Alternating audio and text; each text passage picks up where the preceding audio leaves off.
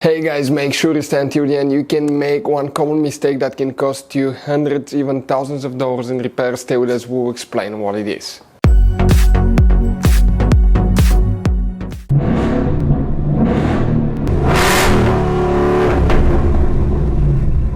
Hey guys, welcome back to Free Car Repair. Thank you guys for watching and subscribing to the channel. Today will be super helpful video to any of you having a Toyota Corolla that generation here from year 2013 to year 2019. If you have one of those, if you need to find where the VVTi fuse is located, where you can find that fuse, where you can buy cheap parts, tools, fuses, relays with a good price, quick shipping, that way do not waste money and time.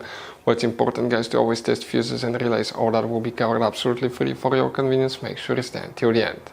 So before we start, let me tell you a little bit about us, guys. Every single car we get here at the garage, we try to make at least 200 to 300 free repair videos. We take them completely apart. We'll show you how to do engine work, transmission, mechanical, body work, anything you can think of practically.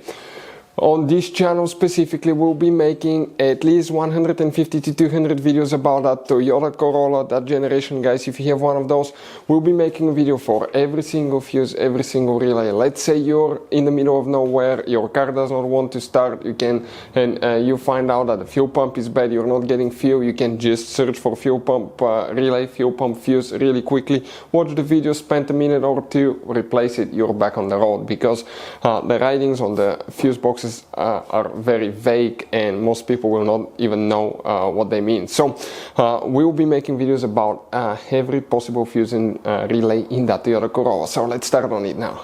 So the VVTi fuse, where you can expect to find it, we will demonstrate that on this generation Toyota Corolla right here. Here we will, guys, have multiple fuse boxes, but today for the VVTi we just need to check one fuse in one fuse box that's right under the hood. So if you open the hood facing the engine on the right side here, if you remove that cover, you will find the main engine fuse box with a layout that will look like this one here. Before we, guys, continue, let's explain quickly why it's always a good idea to test fuses and relays.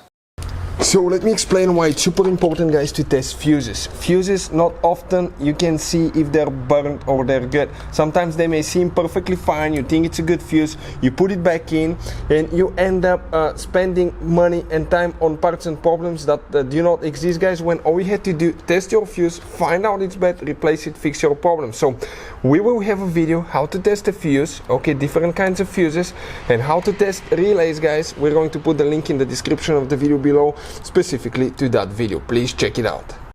For the VVTi we need to check just one fuse, guys. Oh, by the way, if you need to buy any fuses, relays, parts, tools, VVT solenoids, anything for Toyota Corolla or any car at a really good price, quick shipping, we will put the link in the description of the video below. That way you do not waste money and time. The fuse for the VVTi solenoid VVTi system, guys, if you come here, you start on top and you count 1, 2, 3, 4, 5, 6, 7, 8, 9, 10, 11, 12, 13, 14, 15. Fuse number 15, that big J-case fuse right here, that's the one that controls the VVTi system. Hopefully the video will be helpful. Thank you, guys, for watching and see you next time.